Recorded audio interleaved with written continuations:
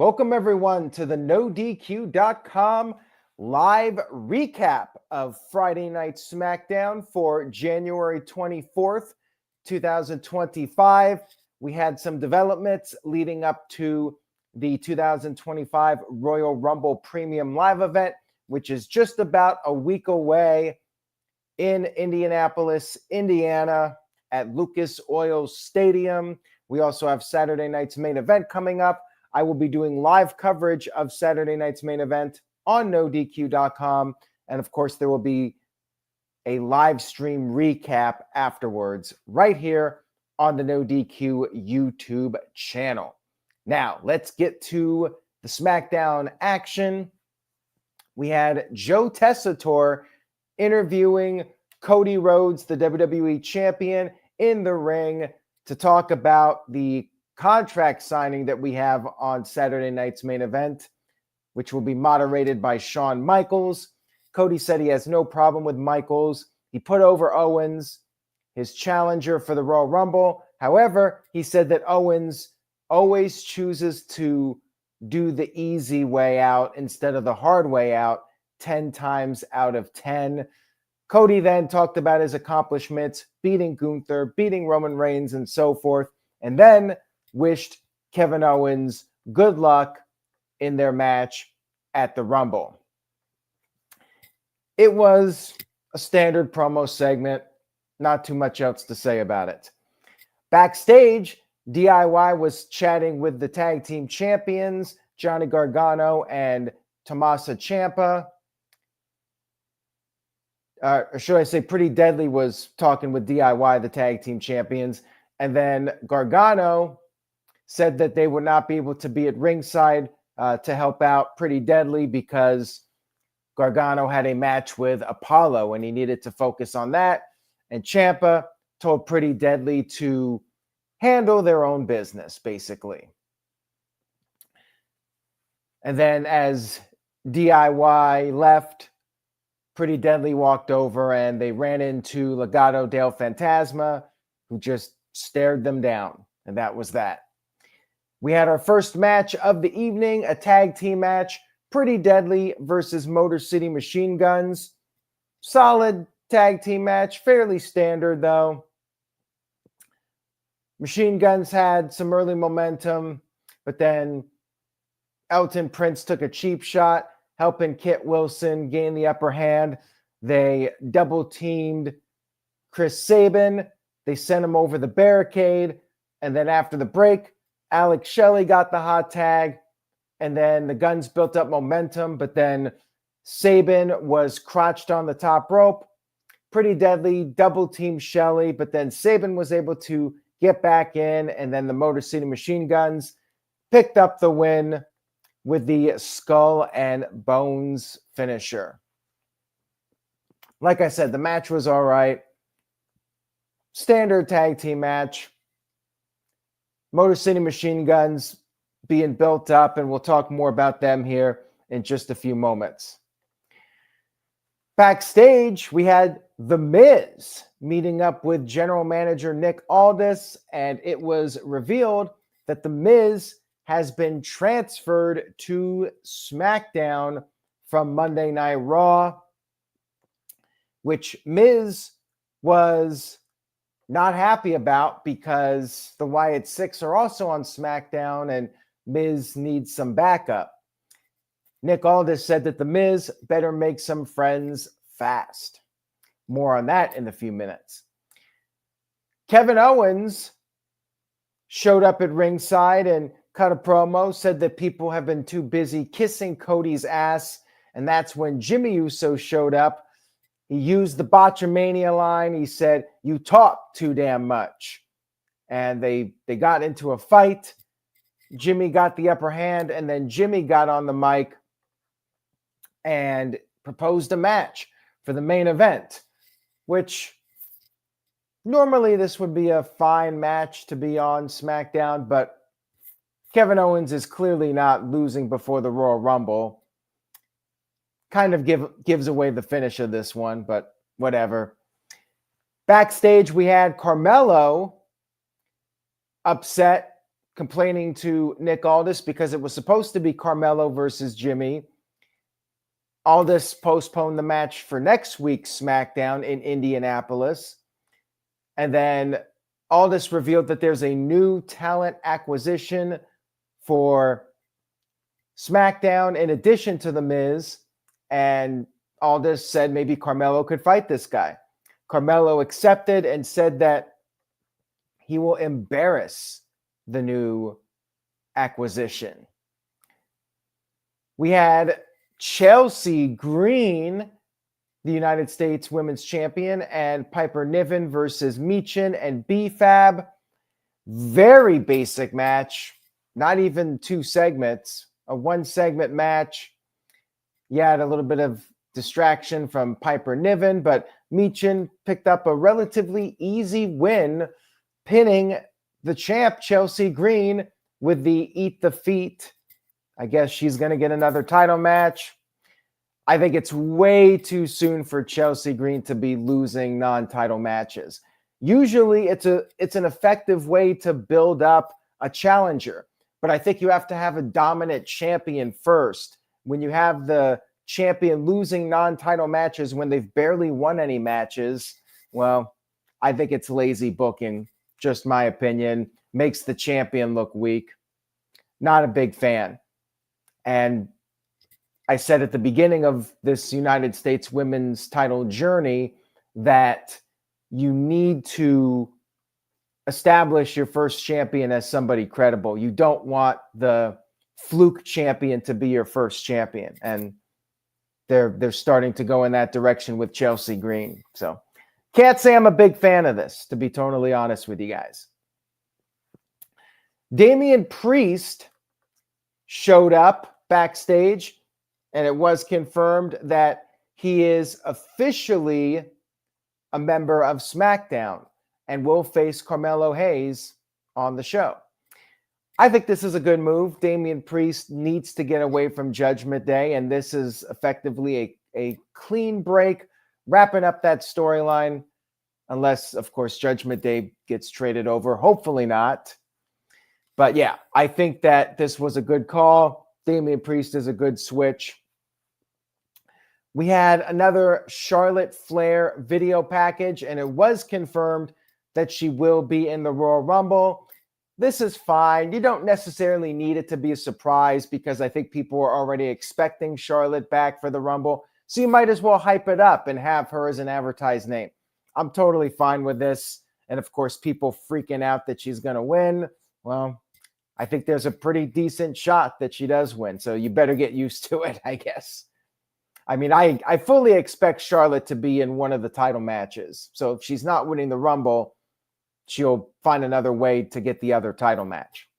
We'll see. The current SmackDown Women's Champion, Tiffany Stratton, cut a promo, and it was one of these segments which definitely means a point down in my score because it was one of those interruption segments, one after another, the assembly line. We had Rhea Ripley interrupting Monday Night Raw's Rhea Ripley. She talked about Saturday night's main event, so I guess she can appear on both shows to promote Saturday night's main event. Then Nia Jax and Candice LeRae interrupted in their wrestling gear. Confirmed that Nia Jax will be entering the Royal Rumble, which I thought was already established. Now, there was one funny moment where a fan yelled out, "You suck," at Nia, and Nia responded with, "Your mom sucks, kid." That was great. Then Bianca Belair and Naomi interrupted, conveniently in their wrestling gear. And then Liv Morgan and Raquel interrupted. So everybody showed up. Everybody, including the people from Raw, decided to show up to SmackDown, I guess because the transfer window's still going. I don't know. They never explained this really. And then, of course, everybody got into a fight. Everybody was in their gear. So, of course, Nick Aldis showed up. Very convenient. Makes a 6-woman tag team match. They kept Raquel on the outside of the ring. So it wasn't all 8 of them, but we had a 6-woman tag team match. I hate these segments. I don't like the segments where they come out interrupting each other one after another, taking turns, and then they just turn it into a tag match. Holla, holla, holla. I've hated these matches in the Vince era, and I still hate them now. It's just very lazy. Lazy writing. We got 3 hours to kill. We got to come up with something. Oh, we'll go with this. It's tried and true. I think it's boring. So anyways, we had this match with the 6 women, and it was another standard tag match. Nothing too special. Back and forth, but your typical tag match scenario where one of the faces gets knocked off the apron. In this case, it was Rhea Ripley. She's knocked off the apron by Nia Jax, so no tag can be made. Rhea gets thrown into the barricade, but then, of course, Rhea gets the hot tag. It's the same formula they do every single tag match. It's so overdone, boring, but, it's what they do every week.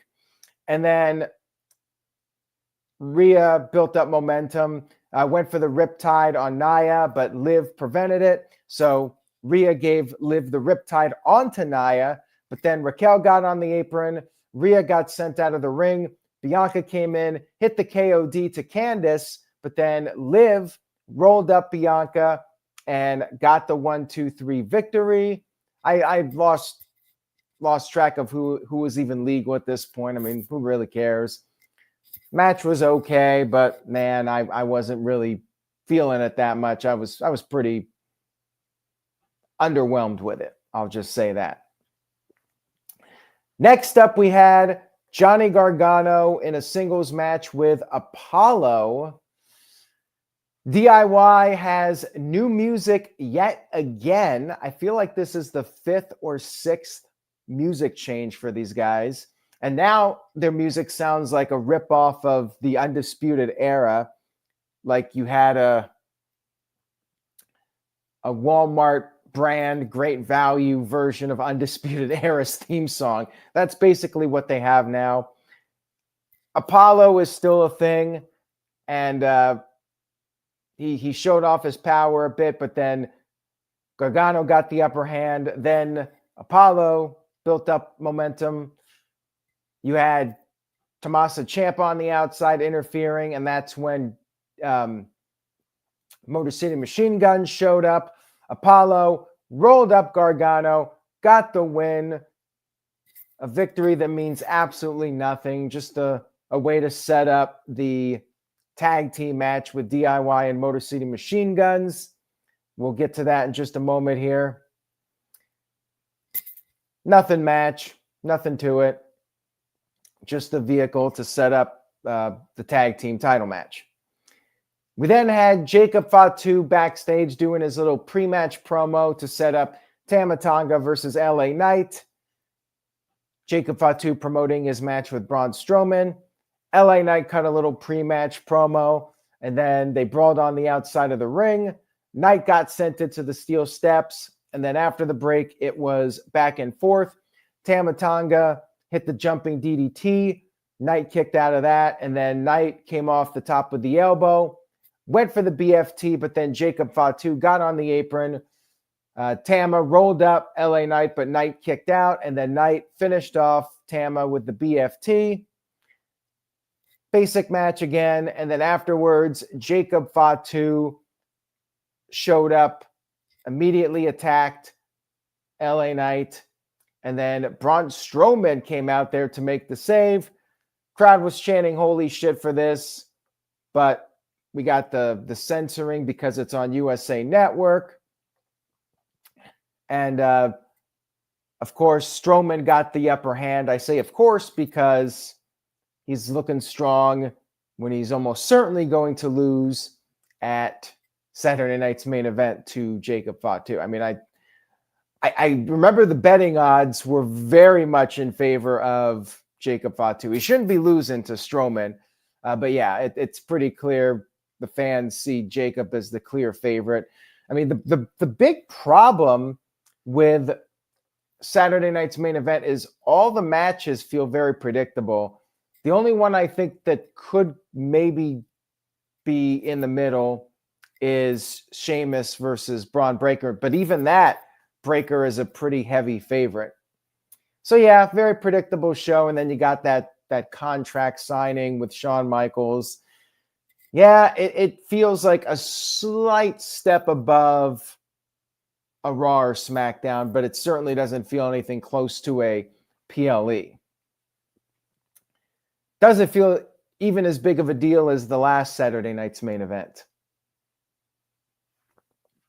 I don't know if they're going to do like the ring breaking or anything, but it would be cool. This would be the match to do it. I mean, the problem is they've overdone that with the ring breaking spot. So I wonder if they'll come up with something different, destructive with these guys, or maybe they just have Jacob beat him clean and we move on. We'll see. We had Miz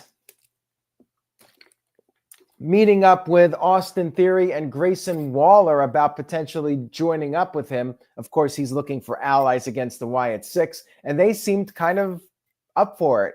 But then Nick Aldis showed up and revealed that Theory and Waller have been moved to Monday Night Raw, which I guess is good for them.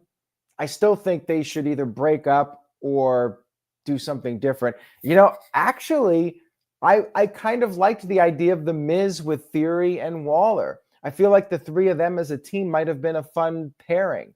So now I'm kind of bummed that they teased it and now it's already over. And Miz is by himself. So yeah, I actually think the three of them as a group could have had potential, but they're moving Theory and Waller on Raw, and I still think they probably need to break those two up, but at this point, I don't know if they're going to. They might just be forever attached as your punching bags, you know, your guys you could throw out there and they'll bump and make the bigger stars look good. We had a video package from Shinsuke Nakamura, who's the men's United States champion, and he talked about how he's still going to be champion despite the people that come for his title. But he said he's looking for further heights. He's looking to seize victory again in the Royal Rumble. Of course, he won the 2018 Royal Rumble, and yeah, he's in it, but will he win? Highly unlikely in all likelihood. Very little chance of that one. Next up, we had Damian Priest versus Carmelo, and Carmelo did get in some offense. He sent Priest into the post, but then Priest got fired up, and Carmelo did manage to hit the first 48, but Priest kicked out of it, and then Priest recovered. Priest picked up the win with the South of Heaven. No surprise here. Carmelo very much in the Austin Theory and Grayson Waller role of being the punching bag, so maybe that's why Theory and Waller are moving, because they already got Carmelo doing that and they don't need all that many people. They can have Theory and Waller do that stuff over on Raw. I wonder if they should, when they call up Trick Williams, if they should reunite Williams and Carmelo. I felt like those two were better together than separate. Like they were a nice pairing. They fit well together, and it would boost the tag division a little bit. I just feel like Carmelo's lost in the shuffle other than just being the punching bag. And I fear that Trick Williams will get lost in the shuffle, even though he's got the entrance and he's got the fan support. I feel like the two of them together would maybe be a good idea to reunite them as a team. Then backstage, it was confirmed that DIY will defend their tag team titles against Motor City Machine Guns at the Royal Rumble in a 2 out of 3 falls match, which I was not expecting. That makes me wonder if that's it. It's just going to be a 4-match card. They'll do one Rumble, they'll do the tag match, and then the world title match, and then they'll do the second Rumble to close out the show. That's what I'm wondering at this point. Because a 2 out of 3 falls match, unless you rush it, will take some time. And they usually don't rush through these matches, at least in the Triple H era. So I'm thinking that's it. I'm thinking it's just a 4-match show. And who knows, it could very well open the show. But I like one of the Rumbles opening and give us as much of a break as possible between the two Rumbles. We then had Miz trying to recruit Andrade, but Andrade basically blew him off. And then we had Jimmy Uso come into the ring for his match with Kevin Owens. And Jimmy had some words with Carmelo. And then as Jimmy was walking to the ring, Carmelo attacked him before the match, but Jimmy was able to quickly fight him off.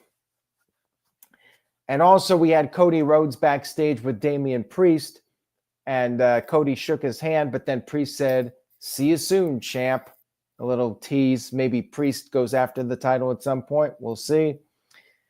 We had a main event. Kevin Owens, who was wearing a Naomi t-shirt. Naomi, of course, married to Jimmy Uso. Nice touch there. Kevin Owens always trolling. They fought on the outside of the ring a bit. Owens gained the upper hand with a frog splash off the apron. And then after the break, Jimmy hit some super kicks, but Kevin Owens kept kicking out of the super kicks. Jimmy avoided the pop-up power bomb, but after another kick out from Owens was able to pick up the win with the pop-up power bomb.